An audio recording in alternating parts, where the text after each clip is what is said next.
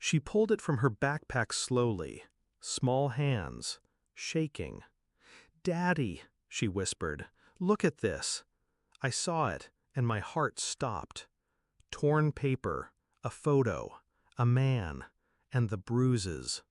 I dialed 911 with trembling fingers. I didn't care what it meant yet. I only knew one thing. My revenge was going to be justified. Leah was 7 when I married her mother. Quiet, skittish, never met my eyes. She'd flinch when I reached for a glass, cry when I tucked her in. I'd ask, "What's wrong?" She'd just shake her head, lips trembling.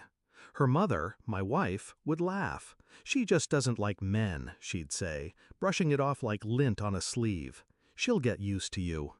But 3 months passed, then 5, and she didn't. I met Ava at a charity gala. She was dazzling, magnetic, all the right smiles, all the right stories. Widowed, she said, husband died in a car accident.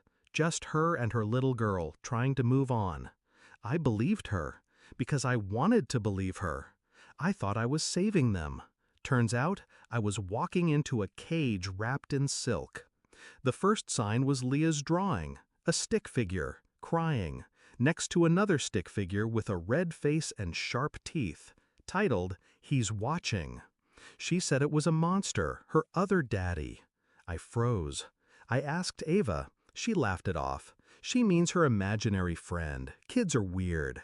But the way she said it, too fast, too prepared. And Leah, she'd look at Ava like she was terrified to speak. I started watching more closely. Late one night, I heard Leah sobbing through the walls. She was whispering, "Don't tell, please don't tell." To who? I didn't know.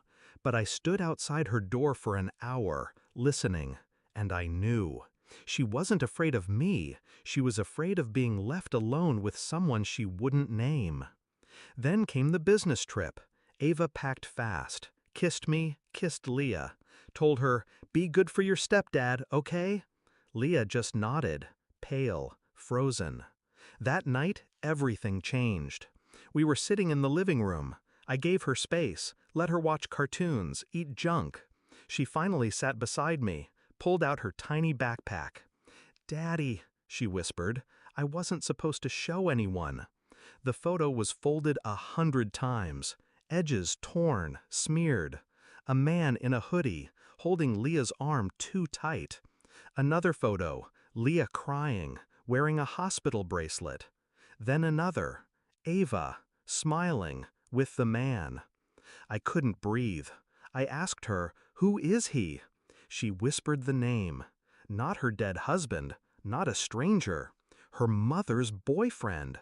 The one Ava let into the house when I was at work. The one she told Leah to never talk about. I made the call. 911.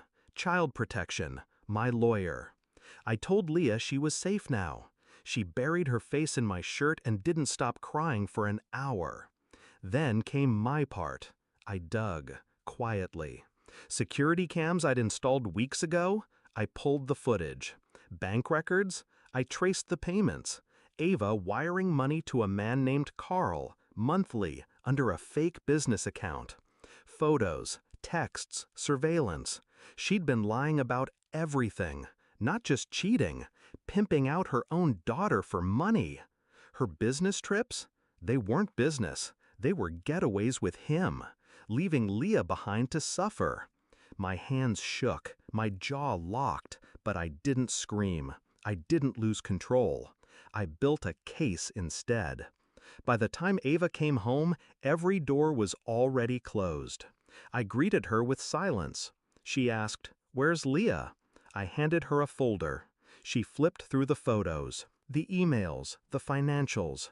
Her face changed, slowly, like her skin was peeling. She opened her mouth. "You don't—" I cut her off. "She's with people who'll never let you near her again." She lunged for the folder. I pulled it back.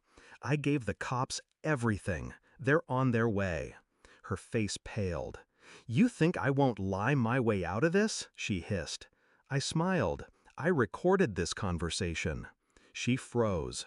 10 minutes later, they knocked. She screamed, begged, lied. Didn't matter. She was in cuffs before she hit the end of the driveway. Court was brutal, but the evidence was airtight. Carl turned on her instantly, cut a deal, pledged guilty, named her as the orchestrator. She was sentenced to 30 years, no parole. Leah lives with me now.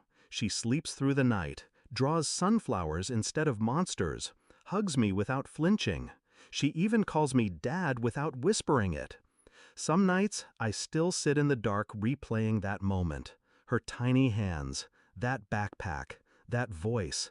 Daddy, look at this. I looked, and then I acted.